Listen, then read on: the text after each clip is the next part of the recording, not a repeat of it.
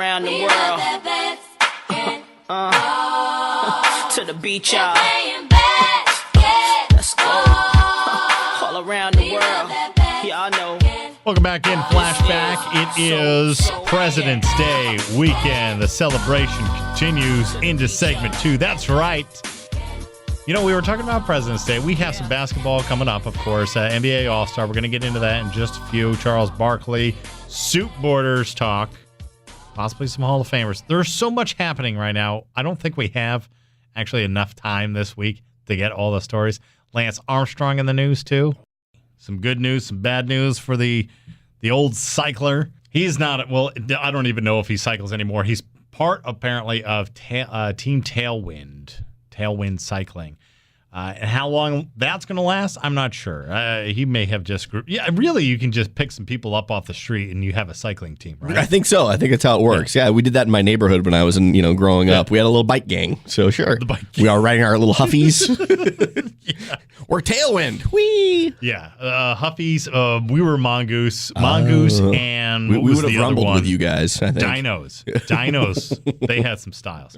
So anyway, Lance got into a little bit more trouble after, of course, the great fall from the top of the hill. This promotional place had sued him because they were paying him. It was SCA Promotions or something like that. They're out of Dallas. They were, really kind of pushing the image of Armstrong, getting a lot of money out of promotional type of things. So they had ended up paying him about $12 million during the heyday, right? Right. Back when he was at the height of his popularity. Mm-hmm. Then the dupe news comes out. Oh. News of little doobie. I see. So when that happened, of course, the whole castle of dreams starts crashing. The sand eroded beneath the castle is what you're saying. They had some trouble there. They sued him right afterwards. They want their money back. They don't want to, because he wasn't able to fulfill his obligations if he was. But is that his fault? But how much money did they already make off of him? Yeah, and is it his fault that if I'm sure he still wanted to be popular. Yeah. He still, it's not like he chose to do that to himself. I'm trying. Why won't you love me anymore? Here, put another band on. Maybe that'll help. Live strong. So he was sued. I don't know when the whole suing started, but they finally came to a ruling today. He's going to have to pay back $10 million. Oh, ouch. 10 of the 12. I don't even know if 10 of the 12 he should have to. I don't necessarily agree with the judgment, but I do agree with the idea that, yeah, he probably owes them a little bit more. You might have to sell a bike or two. Who's going to buy it? Sheryl Crow? I don't know. You still have to admit, regardless, the amount of attention he brought to cycling.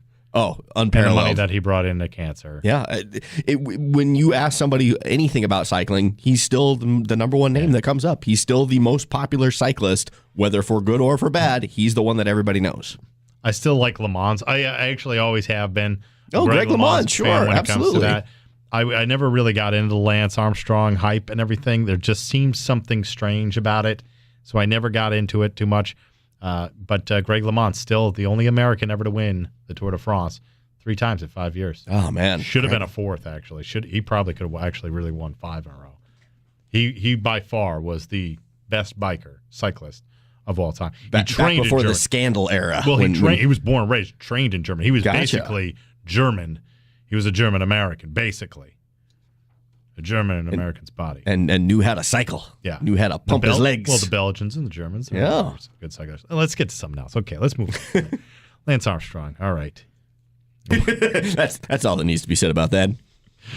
I want to move on, but I don't want to move on. Here's the thing. Cycling was kind of a fad back in the 1800s, right? Yeah, somewhere around there. Sure. We'll go with that. Older the days of the Tour de France. We've moved on to cars by now. However, that being said, there are fads starting up all over the place. We are in the epicenter of fads. You mean right here in Portland, Oregon? We're in the epicenter? Oregon. Yeah. There's trends that happen in New York City and LA and all that. Right. Trends are things that go for an extended period of time. Sure. And then you have a fad. I think a fad is a little bit shorter. That sounds reasonable. It might actually only hit like a circle of friends, in fact. And that's how Portland is. Sometimes it reaches to San Francisco and then gets strewn across the nation. A lot of times it doesn't. It doesn't make that Starbucks leap. Okay. You know what I mean? So one of the things, though, I noticed, I was heading out. We're in the Pac West Center. We're downtown.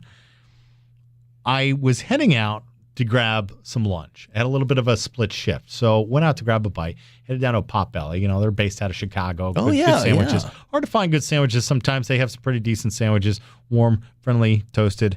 Delicious. Much to the delight of my belly. So I head down there.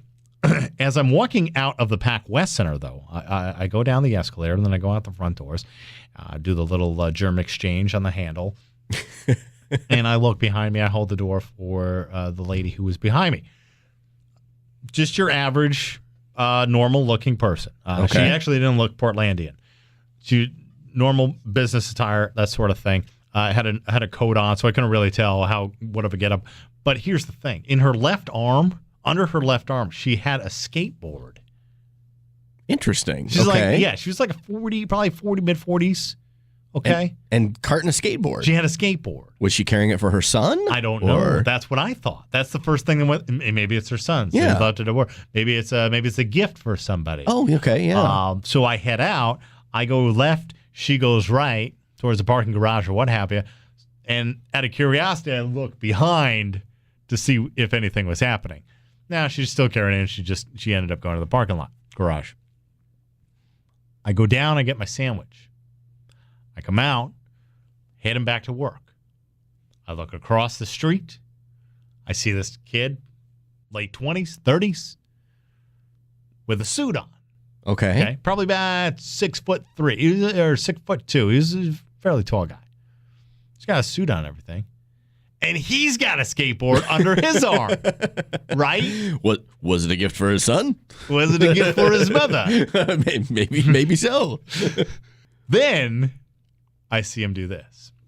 He takes the skateboard from under his arm, throws it down on the ground, rides the thing for about a block or so. Not in the full suit. Yes, and he was heading. I don't know if it's east or westbound or whatnot, but he was heading downhill downtown, whatever direction that is. East or west, north, what have you? one of those four. So he's working with gravity. Is basically the point I'm trying to make. He's working with gravity going downhill. Is this the new fad, the suit boarder? The suit boarder. Is the suit boarder for real? Wow, that's a good question. I need to start spending more time downtown to see if this is a thing. Because here's where I can't prove it right now as far as how much information I have. Although I saw the woman with the skateboard. Right. When I turned left and headed downhill, down the slope towards Potbelly. She headed in an upwardly direction. Oh, maybe that's why she didn't ride away. So it may not even have been worth it. Yeah. And this guy, saving her energy. He just took it for a quick block. Gotcha. It wasn't even a block. It was like half a block. Now this is I have a very important question though. Was he wearing dress shoes with his suit? Yes. He was. So he was not wearing like skater shoes or anything like that. Full on dress shoes, ready dress to close to the nines. Wow, ABCs. That's dedication. I have to give it up. To have to tip my hat to that because man, riding a skateboard in dress shoes. What? So this is the new fad. Okay. Hey, Portland. Yeah. Wee. Yeah, you want more Portlandian ideas right there for what's his name? What was his name? Fred Armisen? Armisen. Aardvark. Fred Aardvark. There you go. There's your story for you. Okay, let's get into basketball real quick, and then I still need to find out who your most famous and favorite president is. But we got to get into some basketball here. Yes. Also have some top 25 coming up here. Who's gliding? Who's sliding in the college ranks? Dickie V, and the story of Tobacco Road. Dick Vitale, huh? The voice of college basketball. I'm teasing this. Okay, then I will wait to be teased. All right, and Valentine's Day. Or VD Day, as some people call it. Yeah. Speaking of waiting to be teased. You'll be teased forever now. All-Star Weekend was this place. I didn't watch the game. I know you didn't watch the game. Nobody watches the game. You turn in to see various highlights. I don't think anybody over the age of 14 watches the game. No, it's tough. It's not a real game. I mean, is it entertaining? Sure, but there is no defense. There's not a lick of defense that is played in the NBA All-Star game. Here's how it works with the three major sports. The hockey one I can kind of watch because defense doesn't really matter in hockey anyway. It's more intriguing when they're flying around and faking out the goalies. Everybody loves the one-on-one. Of course. So it leaves that element there. But hockey's not a major sport, so we're not going to bring it up. Wow. Just kidding. I love hockey, especially mid-'90s hockey. Give me some Messier and Gretzky in their prime, or towards the end of the prime. But anyhow, All-Star Weekend. So you have the NBA, okay? Nobody under 14 watches it. You have the NFL. Anybody under 30, it's tough to watch the game. And it's all about timing with that one too. The fact that it comes at the very end of the season. I know they moved it up before the Super Bowl. Now it used to be for years and years and years after the whole thing was done, and just nobody cares anymore. No. I mean, sorry, forgotten. But it's a free trip to Hawaii. Yeah, the players care, and their wives and families might care, but I don't. But baseball holds on to it. Yeah, baseball's a good All-Star one. I'll probably watch the All-Star game for baseball forever. I think the reason why is because that's the one that has the most resemblance to an actual game. Yeah. That's the one that retains all the things about the sport that you actually love to watch when you're watching a game that counts. With the exception of a stolen base, maybe. Right. That's probably about it. And A-Rod stealing signs. Although he probably stole signs in the All-Star game, too. He probably wouldn't put it past him. So we get to the All-Star Weekend. Dunk contest was actually a surprise for me. I don't think I was looking forward to it. I watched it. I thought it was good. That was entertaining. I'm with you. I hadn't watched a dunk contest in a couple of years. And, that kid from Minnesota, formerly of UCLA, actually, Zach Levine, that was something else. He pulled some magic out of his hat that I don't think anybody since Dominique Wilkins had done. It was amazing. There were some unique things. Yeah, Carter maybe comes to mind. With Vince Carter's, that's a fair comparison. With a lot of the elements of between the legs, J.R. Ryder kind of ripped it off later. But, I mean, it was really Carter who kind of came along with that. So there was a different spin on some dunks that we have seen, but with his body shape, how big of a kid he is. Yeah. I mean, it really looked cool. Plus, his head was at eye level with the rim on a lot of those shots.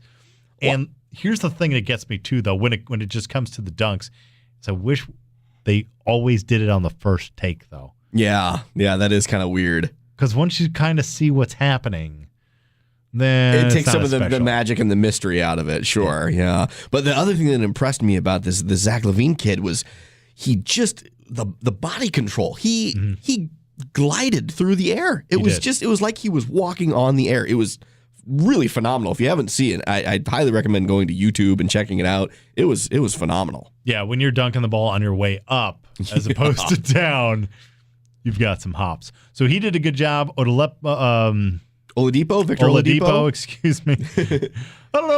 Fred Harrison. I'm a mess. We're going to need to get you some coffee for this President's Day weekend. Sorry, man. I've been soup boarding all day, man. Got some Potbelly sandwiches, and I jumped on my skateboard, and well, here I am. You find me downtown with a suit, a board, and a Potbelly. So good go round there. The skills competitions, interesting to watch. Yeah. There was one skill competition in which they had to. It was the dribble and the shoot. And the hey and the they had them lined up together. Oh right, yeah. And they were going through the kind of the obstacle course, the dribbling, the shooting, and the passing skills one. Yes. That one I thought they should have flipped it. They should have flipped the field. How so? I mean, so one player is going one way, the other player is going the other way. Oh, gotcha. Okay, that would make sense. Sure. Because I didn't really like how the way in the first round, when you start shooting at the same bucket. Then you're right. It's almost like a game of knockout. Yeah. Yeah, that's a good point. I hadn't thought about that. I didn't care for that. But on the other hand, I can see the way that they have it set up is nice because, you're bumper to bumper. Right. You're seeing each other while you're doing it. Now, the 3-point contest. Did you watch the 3-point contest? Oh, of course. Of course. Yeah, your boy was in it. I watched it first time, real time. I watched it first time. I had it on tape delay.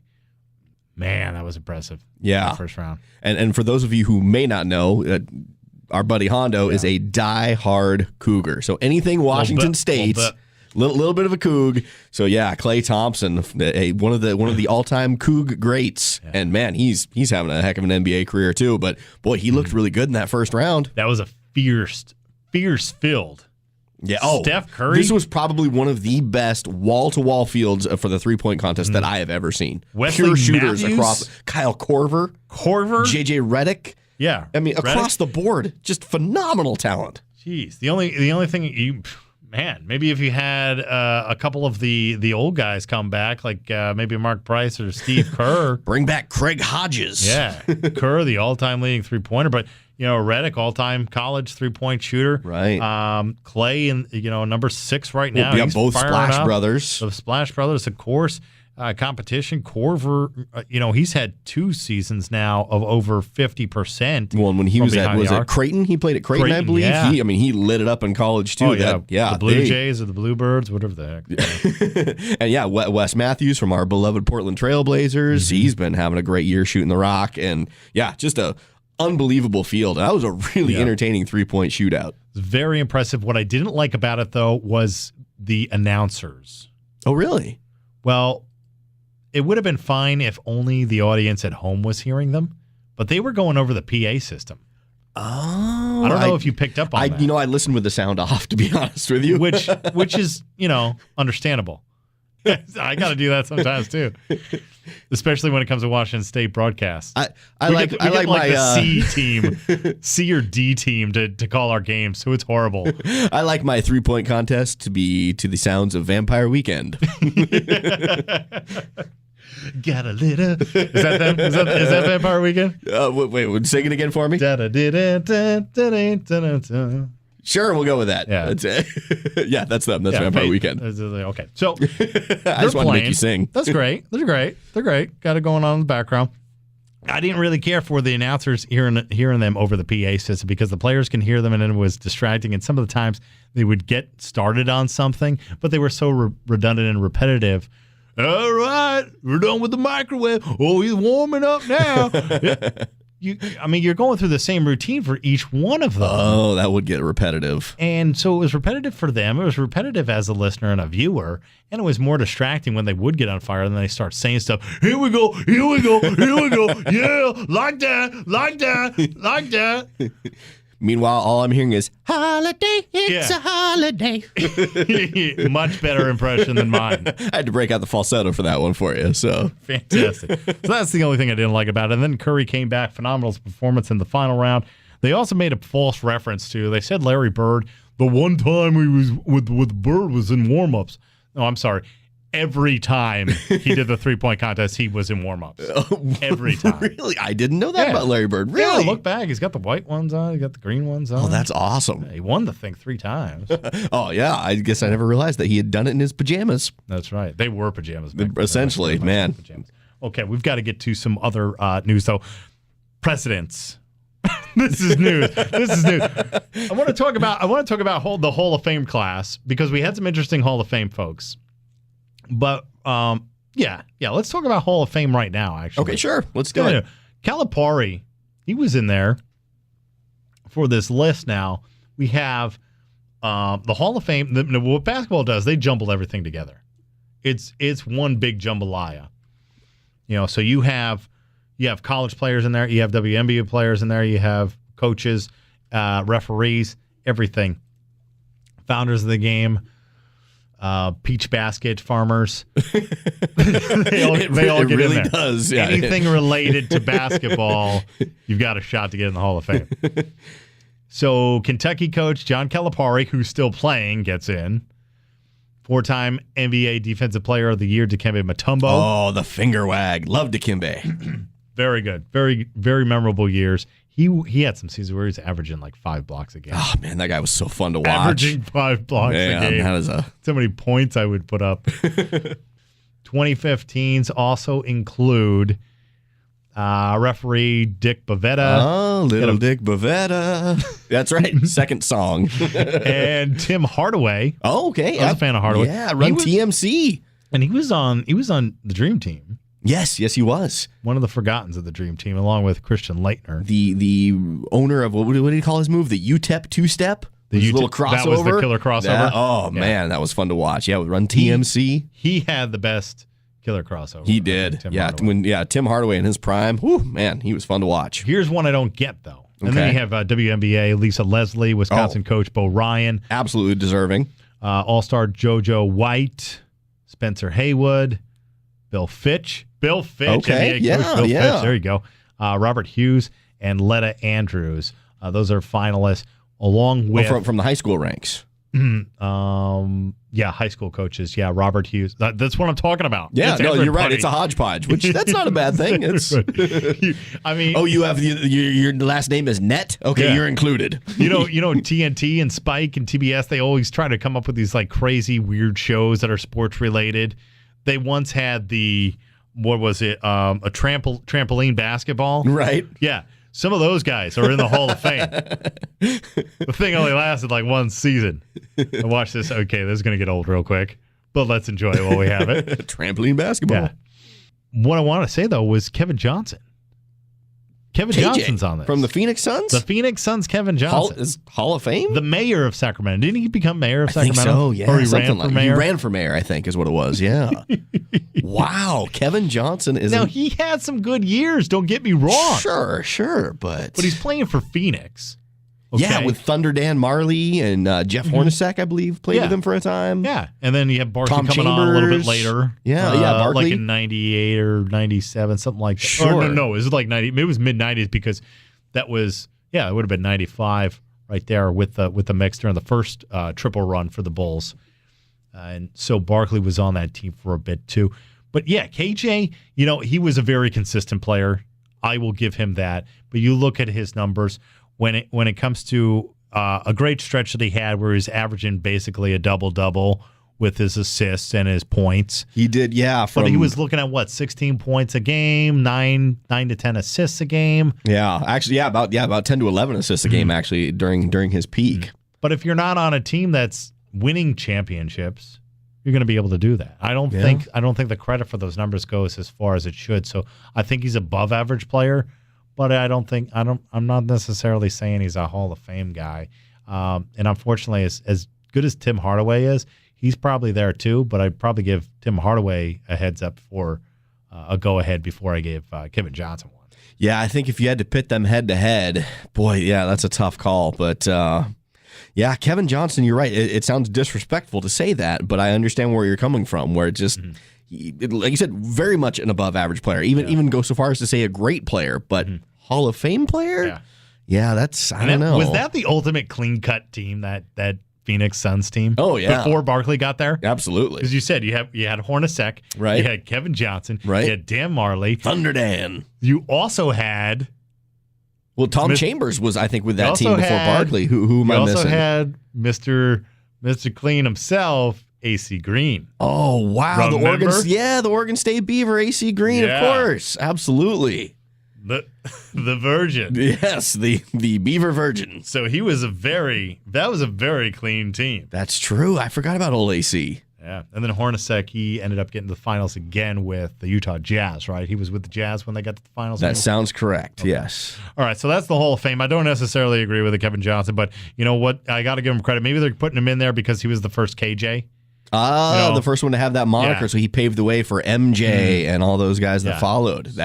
Maybe that's what it is. I think we've stumbled onto something. KJ, MJ. All right.